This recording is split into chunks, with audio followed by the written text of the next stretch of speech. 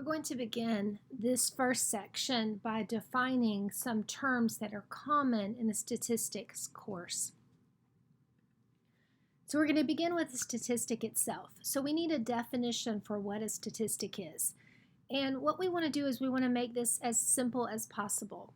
So instead of giving you a definition like what you might see in a math book, because we know that sometimes definitions in math books are long and wordy and kind of hard to understand, instead of giving you that kind of definition, I'm going to try to make it as simple as possible, and we're going to say that a statistic is just a number. Because in the simplest sense, that's all we're talking about when we talk about a statistic. So if you know that a statistic is a number, it becomes very easy to pull statistics out when you're reading an article online or looking at an article in the newspaper. You can easily find the statistics if you know that all you're looking for are the numbers. All right, so we have an example here. It says that there were 496 new cases of COVID-19 reported in Dougherty County in the last 2 weeks. So we want to ask ourselves, is this a statistic? And the answer would be yes. And I would typically ask you why. How do you know that this is a statistic? And so you are looking right here at this 496. This is a number. This is your statistic. So again, knowing that a statistic is a number makes them easy to find. All right, now once we know what a statistic is, we want to keep in mind that there are two types of statistics.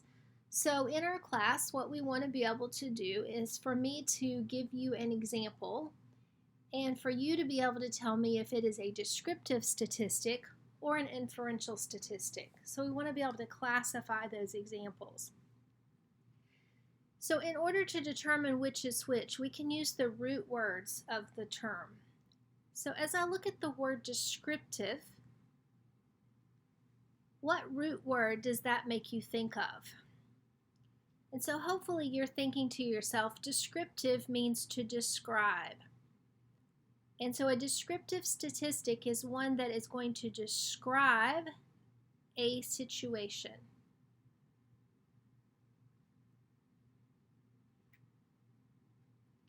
Now, another alternate definition for a descriptive statistic is that it is a statement of fact.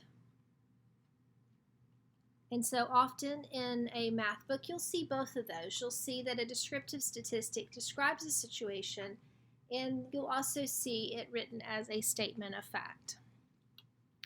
Okay, so let me give you an example here for a descriptive statistic. So I might say something along the lines of, there are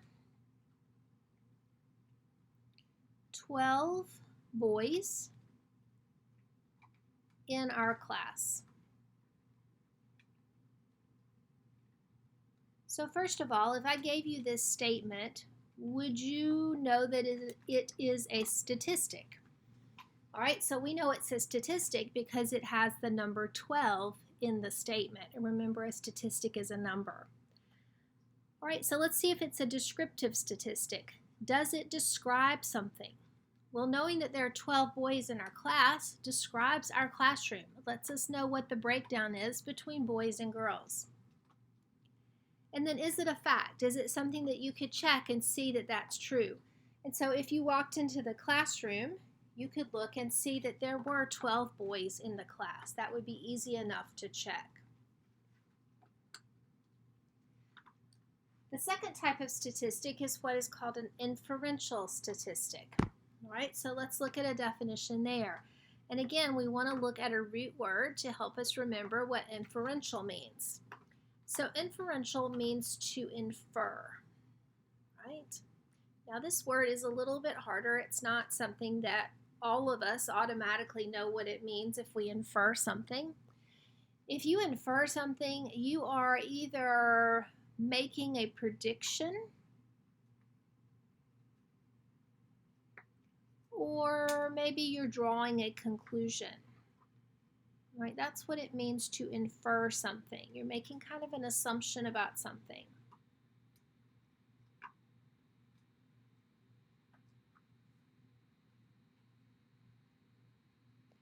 And one thing that is true about an inferential statistic that we don't necessarily have with a descriptive statistic is that an inferential statistic is based on a sample. And so this is a little bit different here. We have to look at where we get that inferential statistic. So now sample is a statistics word, but it's also a word that I think most of us have a pretty good grasp on what we're talking about. So we know that if we were going to do some research, say for example that we needed to find the average age of students in college. So we would all agree that it would be unreasonable to go and ask every college student in the United States how old they were, because asking every college student would simply take too much time and it would give us too much data. So instead, what we would do is we would gather information on a smaller group. That smaller group is called a sample. Okay? And then once we have the information on the smaller group, on the sample, we would then make a prediction or draw a conclusion about what would happen for the entire larger group. All right, so let me give you an example for an inferential statistic. All right, so we could say that maybe a medical researcher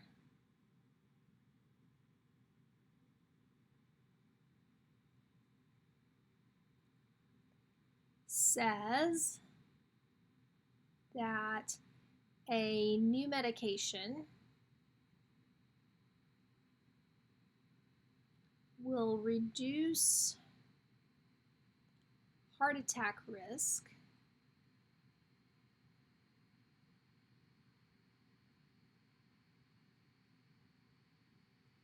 by 20%. Okay, so again, we know it's a statistic because we see the number, we see the 20%. To determine that it's an inferential statistic, we have to think about whether this statement is based on a sample or not. So we know that when a researcher or a drug manufacturer comes up with a new drug, that they don't automatically just put the drug on the market and see what happens. They run medical trials. And remember that we know that a medical trial would mean that they would take a small group of people and they would give them that medicine and they would see what happens. And if the results are good for the small group, for the sample, then they would predict that the results would be good for everyone. And so that's what's happening here. This researcher has taken a small group of people, given them the new medicine, found that it reduces the heart attack risk by 20%, and now they have predicted that those same results would hold for the entire population. So remember, on an inferential statistic, it needs to come from the sample, and then the prediction needs to be made. Okay, so the last thing that we're going to do right here on this presentation is we're just going to look at a couple of examples and make sure that we can determine descriptive or inferential. So if you would like, you can pause the presentation here and you can go through these 8 examples and write a D beside each one if you think it's descriptive and an I beside each one if you think it's inferential, and then check your answers. Okay. All right, so the first one says by 2040 at least 3.5 billion people will run short of water. So the fact that we're talking about a time period in the future helps me know that this is a prediction. Okay, it can't be a fact if it hasn't happened yet. So if someone is predicting something for 2040, I know that that is going to be an inferential statistic. It is a prediction. All right, now number 2 is a little bit misleading because they do use the word sample in the problem, okay, but it is not an inferential statistic. It says in a sample of 100 individuals, 36% think that watching television is the best way to spend an evening.